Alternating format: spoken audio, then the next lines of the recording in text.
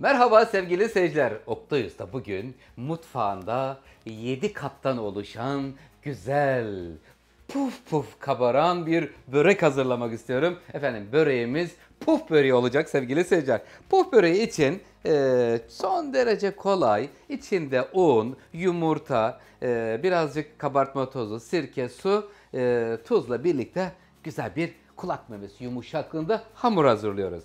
3 su bardağı un var puf böreği için. 2 tane yumurta, 1 çay kaşığı kabartma tozu, 2 çorba kaşığı sirke, 1 çay kaşığı tuz, 1 çay bardağı su koydum buradan ama kontrollü bir şekilde dökeceğim. Durum ne gösterecek onu şimdi göreceğiz. Haydi bakalım hiç zaman kaybetmeyelim. Bismillahirrahmanirrahim deyip hemen başlayalım. 1 çay kaşığı koydum. Peynir biraz tuzlu gibi geldi ondan dolayı söylüyorum. Ve buranın üzerine 1 çay kaşığı kabartma tozu. Olabildiğince az. Tuz, kabartma tozu, un karıştırıyorum. Karıştırdıktan sonra hemen ortaya açıyor bir havuz oluşturuyorum. Havuzun içerisine sevgili seyirciler 2 tane yumurta kırıyorum. 1 ve ikinci yumurta geliyor. Geldi. Evet sevgili seyirciler 2 kaşık sirke. Kıyır kıyır olsun diye, gevrek olsun diye sirke koyuyorum. Şimdi yumurta, sirke havuzun içerisine koydum. Önce bir yarım çay bardağı kadar su döküyorum. Biraz daha tamam. Sonra duruma göre bakacağız. Suya ihtiyaç olup olmadığını. Kulak memesi yumuşaklığında olacak hamurumuz. Kaşığı da alayım. Ve şimdi bismillah ortadan başlıyoruz.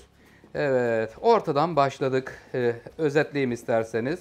3 su bardağı un, 2 tane yumurta, 2 çorba kaşığı üzüm ya da elma sirkesi, 1 çay kaşığı sevgili seyirciler kabartma tozu, 1 çay kaşığı tuz. Ortadan başladık. Ortada bakın yumuşak bir kıvam çıktı. Su vermeye devam edeceğim.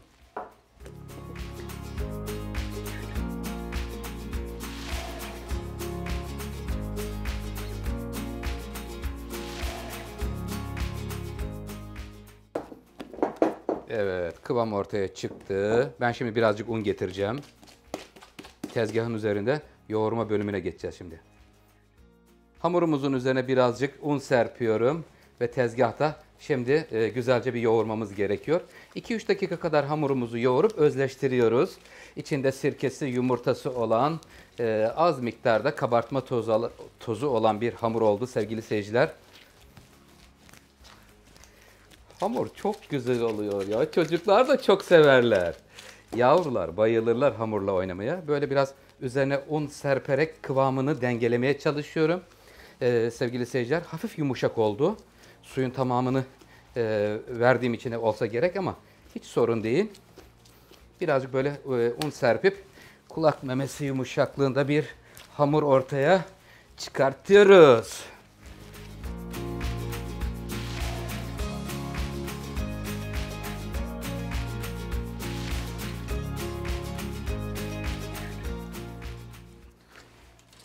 Şimdi hamuru kesiyoruz. 7 parçaya. 1, 2, 3, 4, 5, 6 ve 7. 7 parçaya hamurumuz bölündü. Bölündükten sonra bezelerin orantılarını kontrol edeceğim. Hepsi eşit mi? Ve şimdi bezelere böldükten sonra sevgili seyirciler hemen hamurlarımızı şöyle alıyoruz. Vaktiniz varsa hamur yoğrulduktan sonra acil durum değilse bir 15 dakika bekletin sevgili seyirciler. Hamurlar için çok önemlidir. Özellikle mayalı hamurlarda bu kabartma tozlu mayalı hamurlarda hamur ortaya çıkınca en az 1 saat yoğurup üzerine kapatıp 1 saat beklettiğinizde neticesi çok güzel olur. Burası tamam. Şimdi tezgahımızın üzerine un serpip merdane ile hamurumuzu açacağız. Gel bakalım canım. Bismillahirrahmanirrahim. Tabak büyüklüğünde hamurlarımızın 7'sini de açıyor ve sonra onları açmış olduğumuz hamurları yağla buluşturma anı gelecek.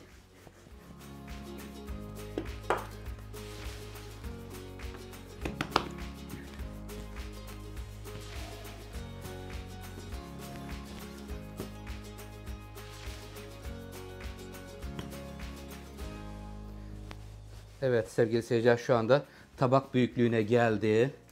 Tabak büyüklüğüne gelmiş olan hamuru tamamını, yani buradaki 6 taneyi de bu şekilde açtıktan sonra şov başlıyor.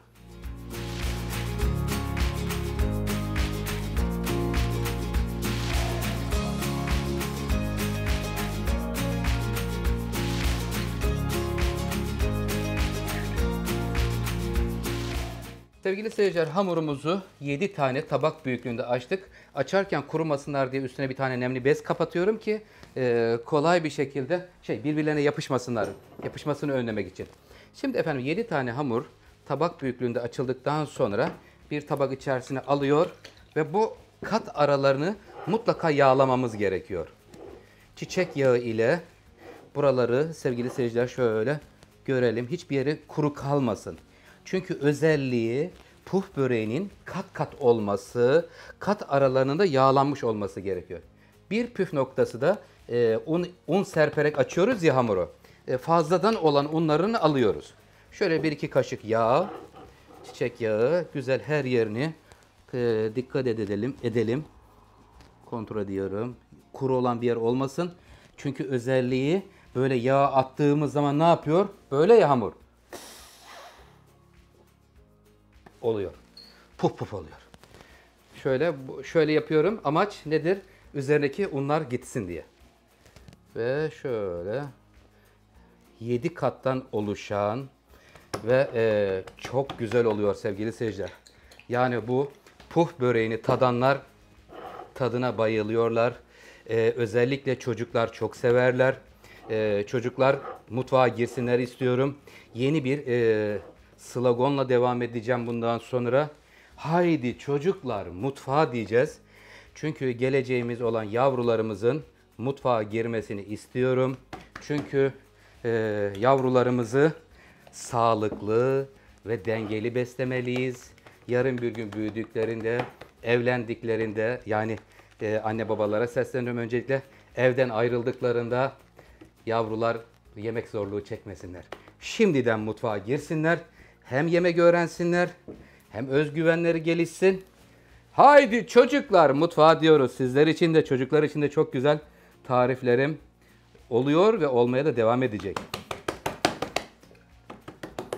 En alt katı, yani tabağa gelen bölümü sevgili seyirciler yağlamadım. Ondan sonraki bölümleri görüyorsunuz. Güzelce şöyle yağlıyorum. Son bir hamur. Artık burası son. Döktüğüm yağ. En alt bölümün tabağa gelen yerini yağlamadım. Burada da en üst bölümünü yağlamayacağım. Bak şimdi burası yağlandı.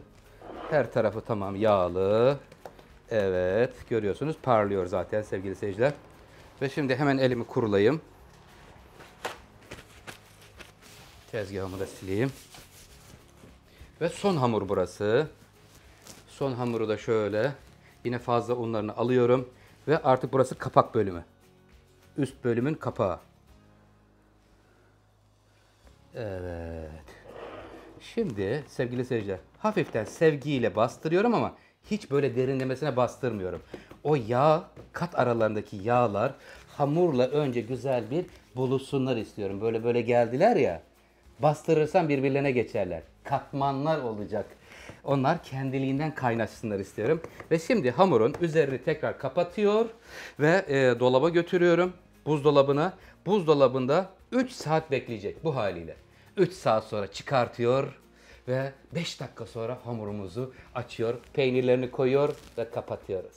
Peynirlerini koyuyor ve kapatıyoruz. Şimdi dolap yolculuğu 3 saat.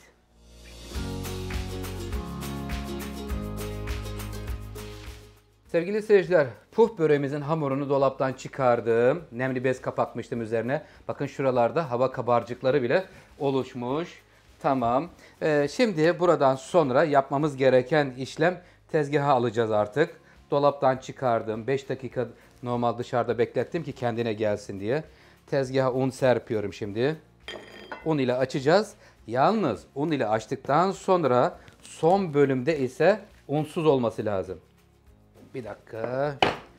Canım benim ne yapıyorsun? Gel bakayım buraya. Heh, tamam. Şurası. Hop. Tamam. Evet. Şimdi sevgili seyirciler, un serpmeden önce üstüne şöyle parmaklarımız ile güzelce bir sevgiyle hamurları birbiriyle buluşturuyoruz. Hani ilk zaman bastırmadık birbirlerine, kaynamasınlar, yağın içinde puf olsun düşüncesiyle sadece yağlayıp bırakmıştık. Ve şimdi hadi bakalım bismillah. Üzerine güzel bolca un serptim. Ve merdane şov. Merdane ile tezgahın üzerinde sevgili seyirciler açıyoruz. Yalnız üzerine örttüğümüz bezle işimiz bitmedi. O bizim için çok lazım daha. Önce boyunu ayarlıyoruz. Sonra da en mesafesini ayarlayacağız. Güzel. Şöyle hatta merdaneye bir sarayım da hamurumuzu bir görelim mi? Ne dersiniz? Allah Allah. Çok güzel oldu sevgili seyirciler. Ve şimdi bu hamuru şöyle tezgah üzerinde uzun mesafeye getiriyorum. Güzel. Harika olmuş. Lokum gibi olmuş hamur var ya. Öyle güzel esniyor ki sevgili seyirciler. Özellikle şu hareketi var ya. Çocuklarınıza yaptırın mutlaka. Yavrular bu harekete bayılacaklar çünkü. Merdane şovu. Gel yavrum. Merdane seni bekliyor. Böyle güzel yap şovunu çocuğum diyebileceksiniz. Şuraya parmağım değdi. Orayı biraz hafiften açtı. Ve şimdi boy ayarlamasından sonra şimdi enini ayarlıyoruz sevgili seyirciler.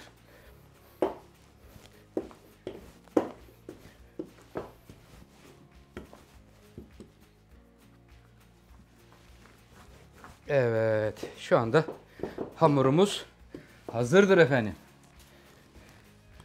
Hamurumuz hazır dedik. Boy olarak 1, 2, 3, 3,5, 4 gibi. Şöyle de eni de 2. 2 karış gibi sevgili seyirciler. Ve şimdi şurada üzerinde un var ya, bu unu almamız lazım. Çünkü hamurun birbirine yapışması gerekiyor. Ondan dolayı şu nemli bez ile üzerindeki unu alıyorum. Yoksa yapışmaz. Kat araları birbirine yapışmaz. Ondan dolayı peynirini koyunca bölümler yapışmaz diye söylüyorum. Şimdi nereden başlayayım? Sizlerin rahat görebileceği alandan başlayayım. Şuradan başlamak istiyorum. Beyaz peynirli olacak sevgili seyirciler. Güzel böyle yumuşak peynir seçtim. Burada önemli olan bardak arasını ölçmek lazım öncelikle. Bu bardakla keseceğimiz için. Bunlar biraz yakın olmuşlar birbirine. Daha uzun olmaları lazım mesafeleri. Şöyle. Peyniri çok fazla da olmasın ama az da olmasın. Dengeli olmasında fayda var. Tamam mı? Tamam. Şimdi burası tamam. Yağımızın altını yaktım. Bardağımız hazır. Ve şimdi şuradan getiriyorum hamuru. Peynirin üzerine doğru kapatıyorum. Sevgili seyirciler.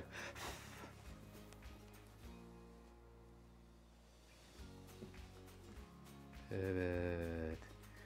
Peynirin üzerine kapatıldı mı? Kapatıldı. Tamam. Şimdi şuradaki biraz az oldu, yakın oldu. Biraz bardakla keseceğimiz mesafeyi de gözetmemiz gerekiyor.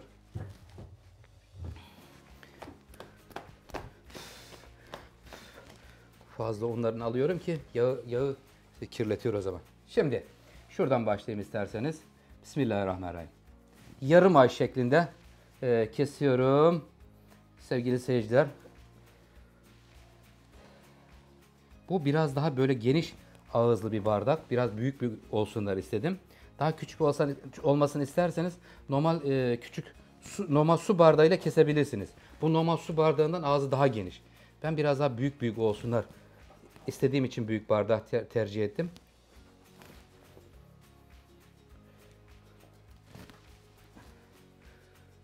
Evet.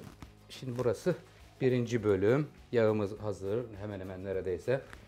Şu parçayı alacağım. Şurayı sevgili seyirciler. Yok, kalabilir. Tamam, kalsın, bırak. Bırakın kalsın. Sonra kalan hamuru birleştirip tekrar açıyoruz. Yani tamamını kullanmış olacağız hamurun.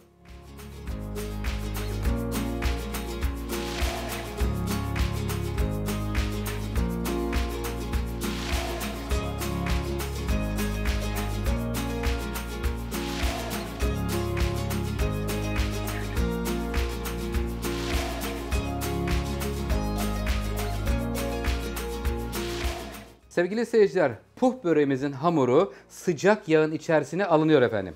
Yalnız püf noktası yağın sıcak olması gerekiyor. Çünkü yağ sıcak olacak ki onları yukarıya doğru kaldırıp puf puf hale getirmesi açısından. Bismillahirrahmanirrahim. Puh böreğimiz yağın içerisine, sıcak yağın içerisine alınıyor. Yalnız hamur yağa indirilirken bakın hamur değsin ve öyle bırakın. Üzerinize yağ sıçramasın diye söylüyorum.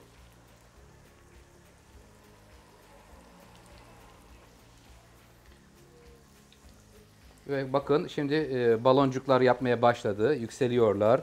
Görüyorsunuz. Önce biraz duruyor sakin sakin. Hiçbir şey yokmuş gibi. Sonra da puf yapıyor. Bakın puflar başladı. Görüyor musunuz? Puf puf olmaya başladılar sevgili seyirciler. Mesela şimdi puf puflamadı ya. Buna birazcık şuradan yağ atayım. Hemen puflatayım bunu. Bakın gördünüz mü? Gel canım pufla bakayım. Çok güzel. Puf puf 7 kattan oluşuyor sevgili seyirciler. Çünkü özelliği 7 kattan olacak ve böyle baloncukları görüyor musunuz? Şunun güzelliğine bakın. Aman ya Rabbi. Allah Allah. Ve buradan sonra çabuk pişerler. Öyle çok uzun uzun kalmazlar yağın içinde. Bakın balonları çıkıyor. Hemen alıyorum. Oo, çok güzel oldu sevgili seyirciler.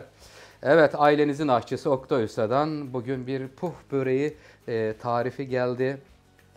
Güzel de bir börek oldu. Baloncukları da oldu sevgili seyirciler. Bakın şu güzelliğe bakın. Aman ya Rabbi. Harika bir börek. Şimdi her seferinde yağ kontrolünü iyi yapıyoruz. Hemen çıkarır çıkarmadan atmıyoruz. Az bekliyor. Yağın ısısının kendine gelmesini istiyoruz. Ve geldi. Bakın. Haydi bakalım. Oktay Usta kızartıyor. Aman dikkat edelim. Allah korusun. Yağ yanığı çok tehlikelidir sevgili seyirciler. Dikkatli bir şekilde kızartıyoruz. Hafiften şöyle sallayabilsek çok güzel olur bakın. Anında balonlar oluşacak.